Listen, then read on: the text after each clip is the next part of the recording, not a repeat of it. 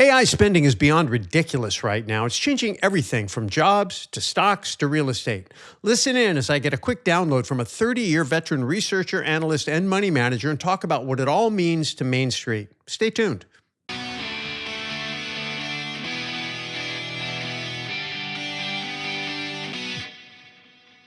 Welcome back to the Main Street Capitalist Show. I'm your host, Russell Gray, here with Peter Boockvar, and he is the Chief Investment Officer with One Point BFG Wealth Partners. And so that's a mouthful. It certainly is. Yeah, but Peter, welcome to the show. Thank you for being here. We're here live Thanks. at the New Orleans Investment Conference, and I just got a chance to see most of your speech. I had to lead a tour, so I had to cut out a little bit early, but some of the things you talked about were really fascinating. So before we go there, let's just give the folks a little bit about your background, why you're qualified to have an opinion. You've been in this game a long time. I've been following you a long time. I really love your insights, but talk about who you are, what you're doing today. Well, I think north of 30 years in the business with plenty of scars on your back, being an investor and being in research and analysis and strategy and so on, you've seen a lot of different markets and you learn from that experience, hopefully. Human nature will always be human nature and you will always repeat the same mistakes, but you just try to make less of them. So I try to impart what I've seen over the years, what I find important, what is not. I try to, since I manage people's money, I don't have necessarily an axe to grind. Certainly when I give investment ideas, I'm putting my money where my mouth is, but when analyzing the macro, I try to see it as it is, not as I want it to be. Nice. Well, I really always appreciate the fact that you take that macro approach, and you've been in the game a long time. And I'm just curious right now because there's some people out there saying, hey, this time it's different. There's some circumstances that are different. The GDP, the deficit, the state of the currency, right? All this talk about gold. Do you feel like the markets are different right now? The economy is different right now? The whole tariffs and all this stuff going on. Well, what's your take on all of that? Well, I would consider the economy somewhat unusual. Unusual because it's being driven by just a few things, where in a way you have parts of the economy that are growing robustly, like anything related to the data center infrastructure build out. And you don't have to be a tech company to be benefiting from that. You can be selling cement and you're going to benefit from that because you need to build the building. If you're an upper income consumer, you're living a completely different life than someone who's lower to middle income. You've been much able to absorb the big rise in inflation over the last bunch of years. You may own stocks that are going up in value. You may own your house as opposed to renting that's gone up in value. Whereas a lower to middle income consumer, particularly a younger person, they don't have the benefits of any of that. They're living a completely different world. And that's all living in the same country, all experiencing the same economy in the aggregate. If you are in the manufacturing space, well, you're not feeling the love like you are if you're selling HVAC systems to a data center. So it's really dependent on where you're situated within the economy is really driving your state of being in a way. So rather than just everyone benefiting from a strong economy or hurting from a weak economy, we're sort of seeing both within, sort of under the same umbrella. Well, so the AI thing is a big deal, and you did a great analysis just explaining the huge amount of CapEx going. And obviously people out there on Main Street, they're putting their money into their 401ks and the mutual funds and managed funds. And there's that concentration in those Mag 7 stocks and those big stocks, and AI's all the rage. But you made some interesting comments about the impact of the AI CapEx spending on the share price and the future of those stocks, and then really how the money flows through to Main Street. Can you just explain that a little bit? Because I thought that was really a powerful point. So I made the point that the U.S. economy and the U.S. stock market is essentially all in on this AI build out and trade. All in the sense of without that data center build out, GDP growth would be flattish. Without those AI stocks that make up almost 40% of the S&P would not be near 7,000, it would be much lower. If we do, not if, but when we do see a slowdown in that spend, when we see earnings and the stock prices not at the same levels as they are, you're going to have both an economic impact from a slowdown in that build out and you're going to have a reversal in those stocks, which would then flow down to the wealth effect of those that own the market. And upper income spending, as we know, as I said, and data center are both helping the market. If one gets hit, the other gets hit, and then you're going to need some other crutches to lean on. And we'll have to see whether there are any crutches to lean on at that point.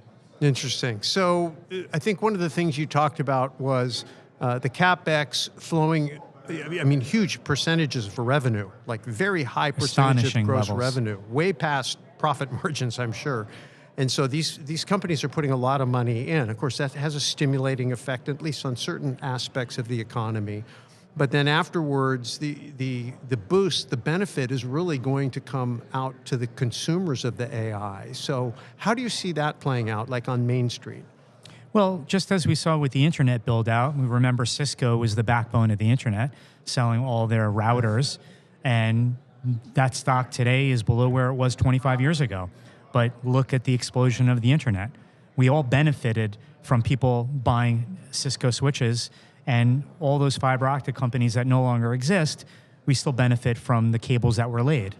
So when I look out over the next 10 years, it'll probably be the users of this Gen AI, the application providers on top of the infrastructure that's being built, that will end up being the winners. And can NVIDIA be a $10 trillion stock relative to 5 today? I guess maybe, but the numbers are getting so big in terms of where these companies have gone that it's hard to think that they're the incremental beneficiaries, even though they're hugely benefiting today. Now, we'll all have to see whether this technology becomes what is hoped for, artificial general intelligence, which it's hard to even define what that is.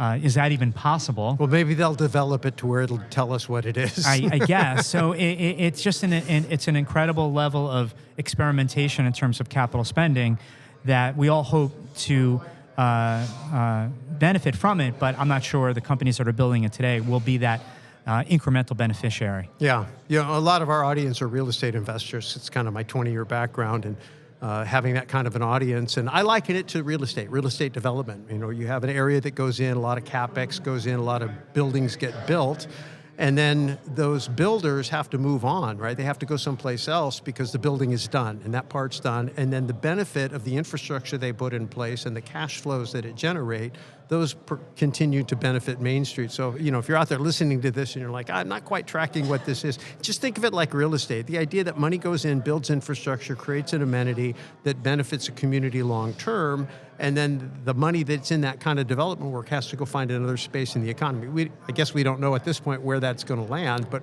right now there's a lot of it going to AI. But on the real estate side, you made some comments about the impact of real estate, and you specifically cautioned against getting too caught up in the AI real estate infrastructure build out. Talk about that. Well, it was a belief in just the history of technology is things get more powerful and smaller. We have a laptop now that used to be a desktop PC. We have a phone that can do more what a mainframe used to be. So if you're Meta and you're building out a 4 million square foot facility in Louisiana, which we're taping this in, and it's going to cost $27 billion, well, I'm not smart enough to know whether they're going to need 4 million square feet in 3 years versus what they will need when they finish building it. Obviously, in 3 years, it'll be built, but maybe in 3 years, they're going to only realize, hey, we could have only used 2. And 4 million square feet, I mentioned in the presentation, is the equivalent of 1,700 football fields. Unbelievable. And it's hard to really fathom that size. So I just question whether we are going to need all that space. And technology depreciates over time. There's a high level of obsolescence. And I do think that we're going to probably be building, at some point, too many data centers, just like we built too many railroads and we built too many fiber optics, or we built too many canals in Europe. And so it's incredible what's going on now, but it's just technology shows you that you don't necessarily are going to need all that space. The computing power will only go up, the demand for it. There's no question. I'm not debating that. It's just I'd rather invest in a shopping center that I know that people are going to need their cleaners and their supermarket and their pizza place and their liquor store, rather than being confident that all that data center space over the next 5 to 10 years is going to be fully utilized. Yeah, and then the other concern is when you have that much infrastructure being built out, it creates a lot of jobs in the short term. Saw that happen back in Las Vegas when they were building City Center, which was this giant facility. They created all these jobs, and then the construction jobs went away when the project was done. Right. And so you always have that. Let's flip over and talk about energy. Technology certainly is the economy, but obviously it runs on energy, as does the rest of the economy. You talked a little about oil. I don't know if you have anything to say on uranium, but anything on the energy side that you're looking at that you think is noteworthy? So we've been long and bullish on uranium for many years now. Too many years because we were pretty early on it and had to sit with it. Obviously, it was well worth the wait. Uranium at $80-ish a pound still seems pretty inexpensive when you look at the supply-demand imbalances in the coming years. Of course, the stocks have reflected that.